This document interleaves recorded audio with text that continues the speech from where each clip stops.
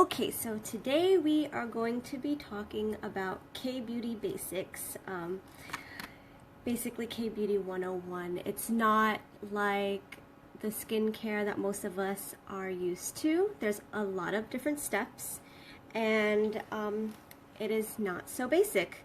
Hi, Adeline. I'm so happy you could join us this week. We missed you last week.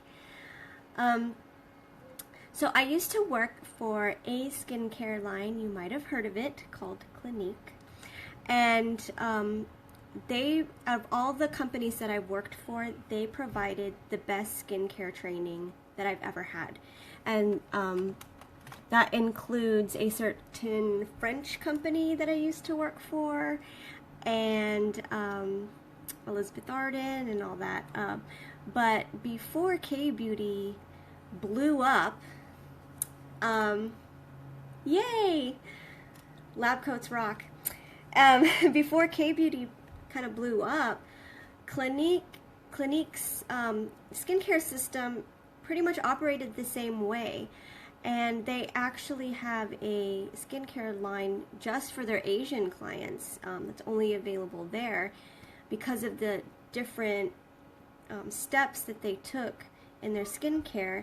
And they didn't really introduce it to the American market because maybe they thought that it would be too much. I don't think that Westerners were ready for it. But, you know, aside from the basic cleanse, tone, moisturize, they had like booster moisturizers, serums. They had double cleanse. I've been double cleansing since I first started working in cosmetics because Clinique would have like a makeup remover and then the actual cleanser that cleaned beneath the surface of your skin. And so I've been doing pretty much the Kbeauty routine for about 15 years, and it just really got me super into skincare, because before that, you know, I usually wouldn't even wash my face unless I was wearing makeup. So we're going to go through all of the basic levels of Kbeauty because it can be pretty confusing, especially since the terms in Kbeauty are different than some of the terms we use here in the West. Some of you might have heard the term emulsion versus moisturizer, or essence versus toner, or serum versus ampoule, and it could all be really confusing, and you might ask yourself, well, what's the same, what's different, what do I need, what can I cut out, because we do have very busy lives, and as much time as we'd like to give ourselves, sometimes we just can't, not every day at least. So I am going to walk you through everything and hopefully make the Kbeauty experience and a little bit easier for you so that you feel more confident when you're shopping, because these are things that a lot of consultants still don't even know till this day. You could walk into a Sephora and they still won't even know all this stuff because they're only trained on the brands that they sell, but they don't know much about the culture. And I say culture because Kbeauty is such a culture. Self-care is a culture, and you really need to know what you're doing to really immerse yourself into it. Okay, so that was my introduction. I'm going to start with the double cleanse. And double cleansing is basically when you first cleanse your face with something emollient, like a cleansing oil or a cleansing balm, and that will help to break down your makeup if you're wearing makeup. If not, it still breaks down the dirt and the pollution and the sunscreen that you might be wearing throughout the day. So something like vacuum cleaner cleansing oil, which I love. This is amazing, especially for people with oily skin types, believe it or not. This has really great drying properties because of the hazelnut and the castor oil in it. So it will really just like suck all the gunk out of your pores because it is a vacuum cleaner cleansing oil. So this could be like step number one. Also, there are cleansing balms. This is the lavender and rosemary. This is a little bit thicker in consistency. As you can see, it's solid, but once the warmth of your fingers touch it, it turns into more of an oily-like texture. This is great for facial massage. If you haven't seen my facial massage video, it's lurking around somewhere. I can look for the link and post it later unless someone else beats me to it. And hi Gretchen, hi Hayne. And let's see. I've seen some people in the threads lately talk about Nourish mask, oil mask, and you can also use that to remove your makeup. Basically, anything oily will break down the makeup on your skin. So you want to make sure you remove your makeup before you cleanse with something foaming, because trying to use a foaming cleanser to clean your face with makeup on already is pretty much like showering with your clothes on. It's very ineffective. You have to work harder. You're probably, you know, rubbing your face a little more vigorously than you should be, because it's not breaking down all the stuff on your face as easily as an oil or balm would. If you're not wearing makeup, sometimes you could replace your second step with a beauty water, and I'll get into that here in a minute. So after you do your more emollient-based cleanser, you want to go in with a foaming cleanser. And we have here Rose Foaming Cleanser, which is my favorite, and Soy and Rice Scrub, which is a manual exfoliator and a cleanser and a mask in one. And I love multitaskers, so I really like to use this on the days where I'm really in a rush. And this will help to wash away the excess oils that are on your face from your oil cleanser and pretty much get a good deep down clean that it wouldn't have been able to give you if you still had your makeup on or your SPF on and you didn't melt that away with step number 1. Sometimes when I'm not wearing makeup, I'll do just a foaming cleanser or just a beauty water. Usually in the morning I'll do just a beauty water because my skin is clean already from cleansing the night before, and I'll just swipe some beauty water on my face, put on a mask, and then after I mask, I'll go in with a foaming cleanser to wash the mask away and then proceed with the rest of my routine. So there are steps 1 and 2, something emollient based to cleanse with and a foaming cleanser afterwards. You always want to do a foaming cleanser after an oil or a balm, just to make sure you get all of it off. If you're not wearing makeup and you didn't use an oil or a balm, you can do foaming cleanser with beauty water after, or if you're just waking up in the morning and you're fresh faced and you just need a quick swipe, you can do your beauty water. So that's steps 1 and 2 with the double cleansing. Now it gets a little bit more confusing. So next up traditionally would be your toner. That would be step number 3. Asian skincare doesn't really have toner. Toner is more of a Western thing, and traditionally toners have an astringent property to it. So like, you know, sea breeze and witch hazel, apple cider vinegar, those are all astringent. And Asian beauty doesn't really have that because, well, first of all, toner is to help balance the pH levels on your face, because some cleansers were so highly acidic that you needed a toner to bring the acidity levels back down. And nowadays cleansers are a little more gentler, a little bit lower on the pH scale, so you don't really need toners like that anymore. Some people with really oily skin do need a toner and the astringent properties, because they just, like, the oil collects so quickly in their pores and they need something to clean it out, and the astringent will do that, and it will contract your pores so that nothing else can really get in there as easily. But Sabbatical Beauty doesn't have an astringent in terms of toner, but they do have astringent skincare, like the Janice Strawberry Serum. Strawberries are really good astringents. So if you're looking for something to make your pores a little bit smaller, you can use the strawberry serum. Not in the toner step, but in the serum step. So I'm getting ahead of myself here. But if you're looking for something astringent, but you don't want to use a toner, you can do Jenna strawberry, or even peat serum is really good too. Peat will just clean you out. So nice. And so the toners that we have here at Sabbatical Beauty,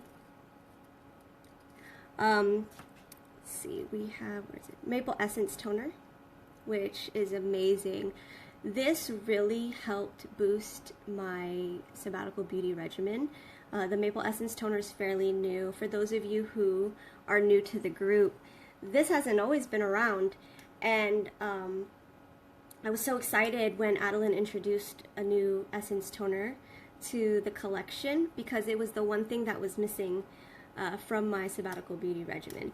And so what an essence is basically, it's the toner step in Asian skincare. It is a water-like consistency, but it's got really good benefits to it. It's conditioning, it's softening, it preps your skin so that it's more ready to absorb all the serums and oils and moisturizers that you're going to put on top of it. It helps to brighten your skin as well. It makes your skin really soft and smooth. And again, your skin absorbs better when wet. So the Maple Essence Toner is going to help with that. It's just going to suck all of the serums up, and your skin is going to be bright and glowy, and you're just going to get all of the good benefits from everything else you're putting on top of it. So this would come directly after your double cleansing. Just swipe, you could either swipe a little bit of this on with a cotton pad or cotton ball, or what I do is I'll pour some in the palm of my hand and rub it together like this, and then pat it into my skin, and you still get the benefits. Because it's not really an astringent or a toner, and you're not using it for the purpose of wiping off excess dirt or leftover oils, you can pat this in. If you're looking for something to remove the excess dirt and oil, that's where the beauty water comes in. And sometimes I triple cleanse, so I'll use let's see, where's my stuff? The vacuum cleaner cleansing oil, and then the rose foaming cleanser, and then do a quick swipe of beauty water instead of a toner, and then go in with my Maple Essence Toner. So that's gonna set the basic foundation to absorb all of the really good targeted skincare. After the Maple Essence Toner, I usually do the Asian Powerhouse Serum. And the reason why I do that is because it's called a serum, but it has more of an essence-like texture. So I actually count this as my essence step versus my serum step. And essences and serums are kind of interchangeable here in the US, because in Asian skincare there weren't really like serums, they were essences. And here we use it interchangeably. Serums are a little bit thicker in consistency, whereas essences are more like a watery texture. So the APH I consider to be more of an essence than a serum. And serums are basically like the active targeted skincare. So it's basically like if you take a moisturizer and all the benefits of a moisturizer, but you take the moisturizer out of it. So it's basically like if you get a moisturizer that's, you know, for fine lines and wrinkles, so you get your fine lines and wrinkles addressed, but you also get added moisture. Well, serums are more powerful in attacking your targeted concern without all of the excess moisturizer stuff to go with it. So it's like, trying to think of how to word this better, but do you guys understand what I'm saying? So a serum will attack your targeted concern. This is a more concentrated version of your moisturizer. Okay, thank you, Adeline. Sometimes I feel like I'm not making sense. So when we think of serums here in the US, we think of a texture that's more like a marine serum or more honey too, where it's like kind of a thicker consistency. And yeah, so basically before the Kbeauty culture got popular, this is what we typically considered a serum. But now, because all the terminology is kind of blurred, sometimes a serum will be labeled as an essence or vice versa. And then if you guys have heard ampoule, an ampoule is more like a supercharged serum. If you think of, you know, some things are kept in little capsules or in like tiny jars because it's a one-time use, that would be like an ampoule. But it would go as your serum step as well. So ampoule and serums, interchangeable. Serums and essences, also interchangeable. It just depends on the company and how they want to market their products. But I like Sabbatical Beauty because it's very simple, it's streamlined, and it's easy to follow. If something is a serum, it's a serum, and you don't have to guess which is the serum and which is the essence and which is the ampoule. It's just very simple and streamlined so that you know. And when to put things on in what order, it's simple. You go from thinnest to thickest, and that is a good rule of thumb to follow with all of your skincare. And next we have beauty oils. So after you're done with all of your serums, applying from thinnest to thickest, we go to beauty oil. Approximately how much of each product you use. It really depends. So with Asian Powerhouse, it's more of a watery-like texture. So I hope you guys can see this. I'll probably squirt in about, you can't really see it that much. If you were to imagine that this was in a dropper, probably about half a full-size dropper and an entire sample size dropper is how much I would use, and then just rub it in and pat it, just like that. I have sunscreen on, so this is probably not helping anything, but I just wanted to demonstrate for you. And that is enough for your entire face, down to your neck and your décolletage as well. And then, of course, rub the excess into your hands, because our hands need love too. So with beauty oil, we have, let's see, I have 3 of them. I've got the Camellia Gold and the Sleeping Beauty Facial Oil, which is a little bit on the drier side, so I use a little bit more of this versus the Camellia Gold, because the Camellia Gold's a little bit thicker and takes a little bit longer to absorb. And then I have the brand new relaunch of the blush oil that I'm so excited about. Who is getting the spring box? Show me hearts if you plan to get the spring box, because I'm so excited that blush oil is back. I didn't have a chance to get any last year, and every time I go on the Sabbatical Beauty site and I see it in like the old products, it just makes me so sad that I couldn't ever get it, but now it's back and I'm excited about it. Sorry, I got sidetracked. So you want to take some beauty oil, and during the day I'll use something like Camellia Gold or the blush oil, and I will take a dropper full.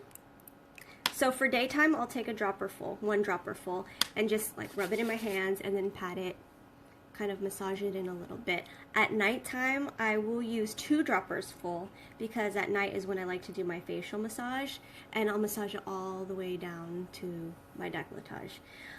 So unless it's Sleeping Beauty oil, because this I use more as like a medicine versus a luxury care product, if that makes any sense. And I'll apply it a drop at a time to my targeted areas and then blend out. But with these 2, oh no, with the Camellia and the blush, I will use a little bit more so that I can really massage it in and take my time and let it absorb. So that would be the next step. So far we've done double cleansing, essence toner, serums, and beauty oil. And then next we go to your moisturizer. And if you've been confused by the word emulsion before, sometimes you'll see the word emulsion, and that is basically a moisturizer. Technically, it's a little bit thinner than a cream, so it's more like a facial lotion. The closest thing in Sabbatical Beauty to an emulsion type texture that I've felt personally was the Rose Body Cream. Now obviously it's not for your face, but the texture of the Rose Body Cream is like the texture of an emulsion. And to be honest, it really does. I have oily skin and I use all the creams. I even use the Kbeauty cream and it doesn't bother me one bit. So the moisturizer that I'm going to show you right now is Donkey Cream because that's what I have out. And the moisturizer, so the purpose of a moisturizer is to give you a barrier of moisture on the surface of your skin. In Korean skincare, it's okay, Brittany, hey.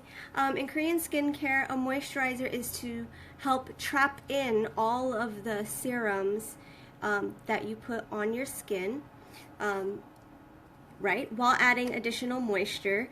And so we think of,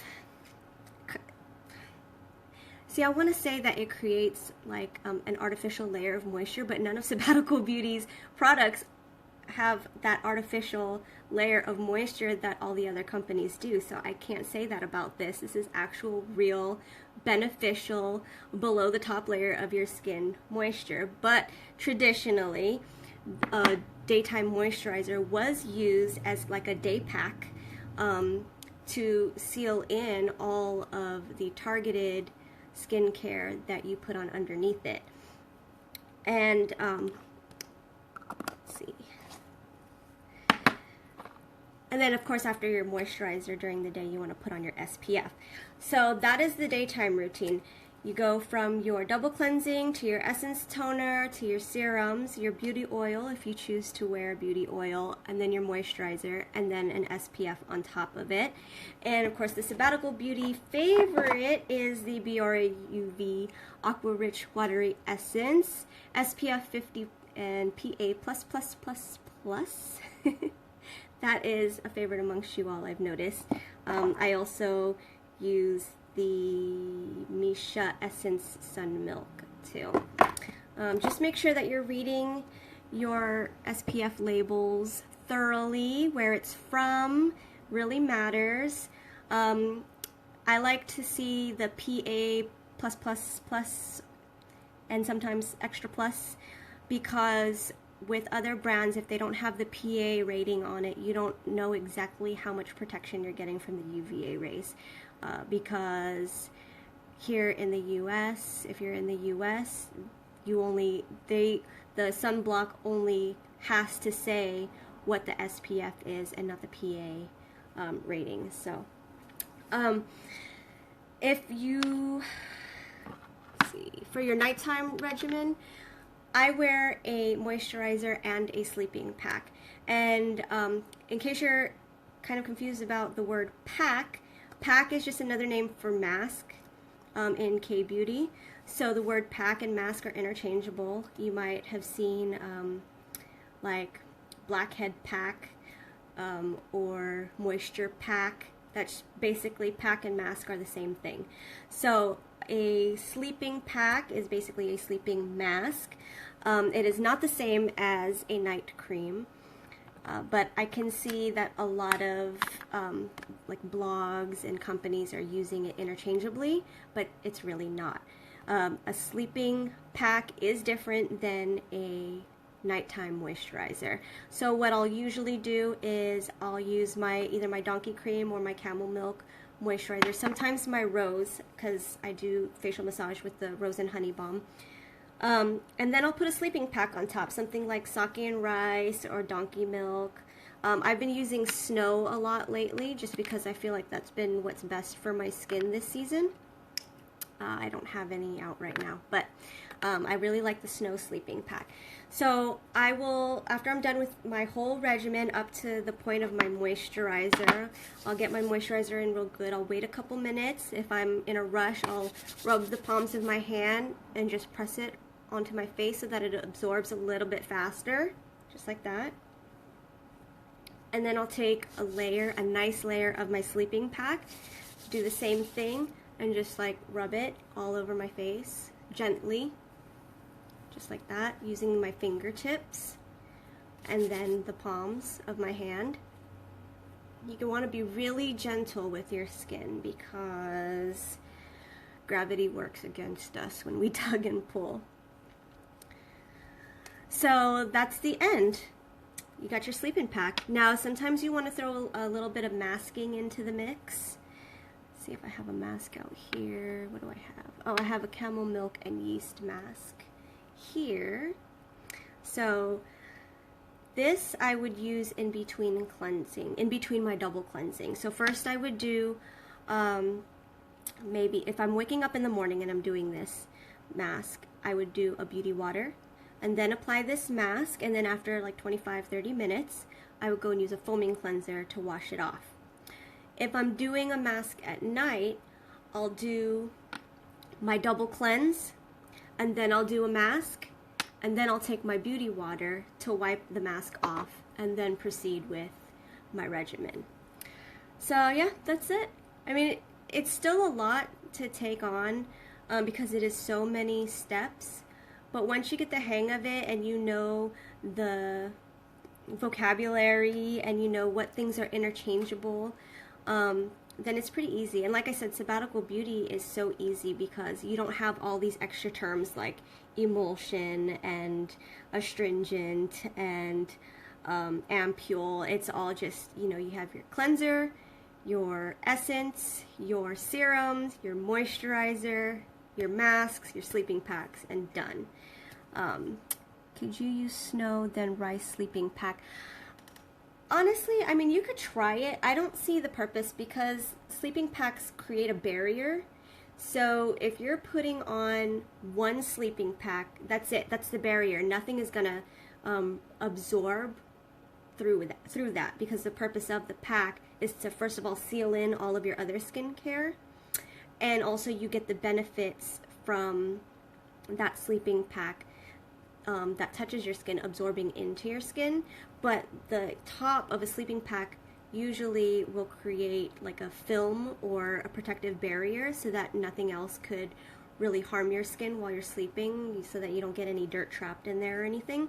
So I don't really think that wearing two sleeping packs is beneficial. I don't know if you'll get the most out of whatever layer you're putting on the very top. That's why I wear both a moisturizer and a sleeping pack, so that if there's a dual concern that I want working for me while I sleep, I'll get the benefits from a moisturizer and the benefits from the sleeping pack. I'm going to go through and see if I missed any questions. Sorry. Do you have a preferred moisturizer to use with Snow? Yes, actually, in the winter time. See, I'm really weird. Like, I break out in the winter time more than I do in the summertime. So I'll use rose and honey cream under my Snow because rose and honey helps to keep acne at bay, and it also helps to heal any kind of scarring. So you can see that I have some going on right now. This one is amazing, actually. It was way brighter and twice the size yesterday. So yeah, with the Snow sleeping pack, I like to use rose and honey cream underneath it. I'm just scrolling through to see other. Could you use? No, I already answered that.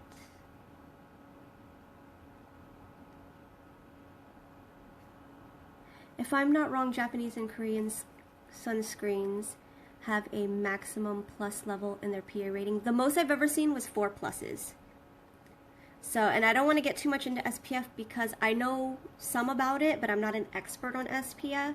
So this might be something that you want to bring up in the group because I know a lot of people in the group know a lot about SPF.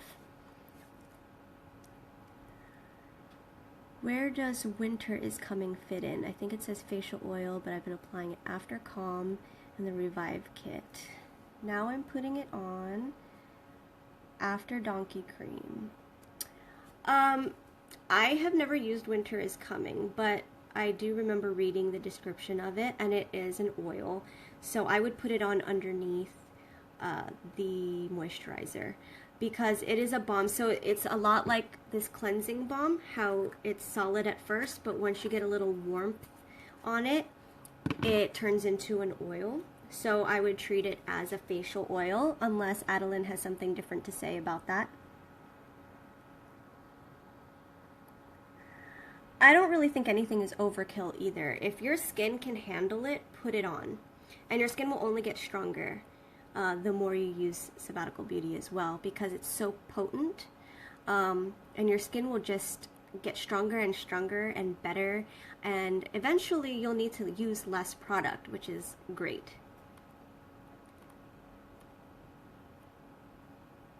Yeah, so there is a difference between sleeping pack and nighttime moisturizer.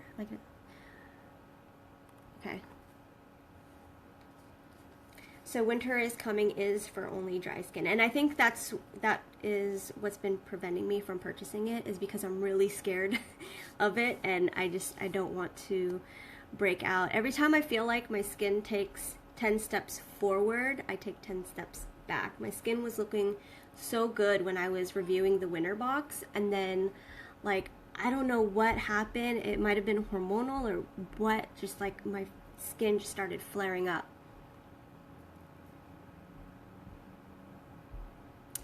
Are there any other questions for me? So while I wait for more questions, I took a poll in the group and asked what all you wanted me to do a video on next, and it is going to be skincare tips that you don't get at the beauty counter. So I'll be sharing with you all my little kind of quirks and tips and things that people don't really talk about when they're selling you their skincare, or when you read in blogs about how to do your skincare.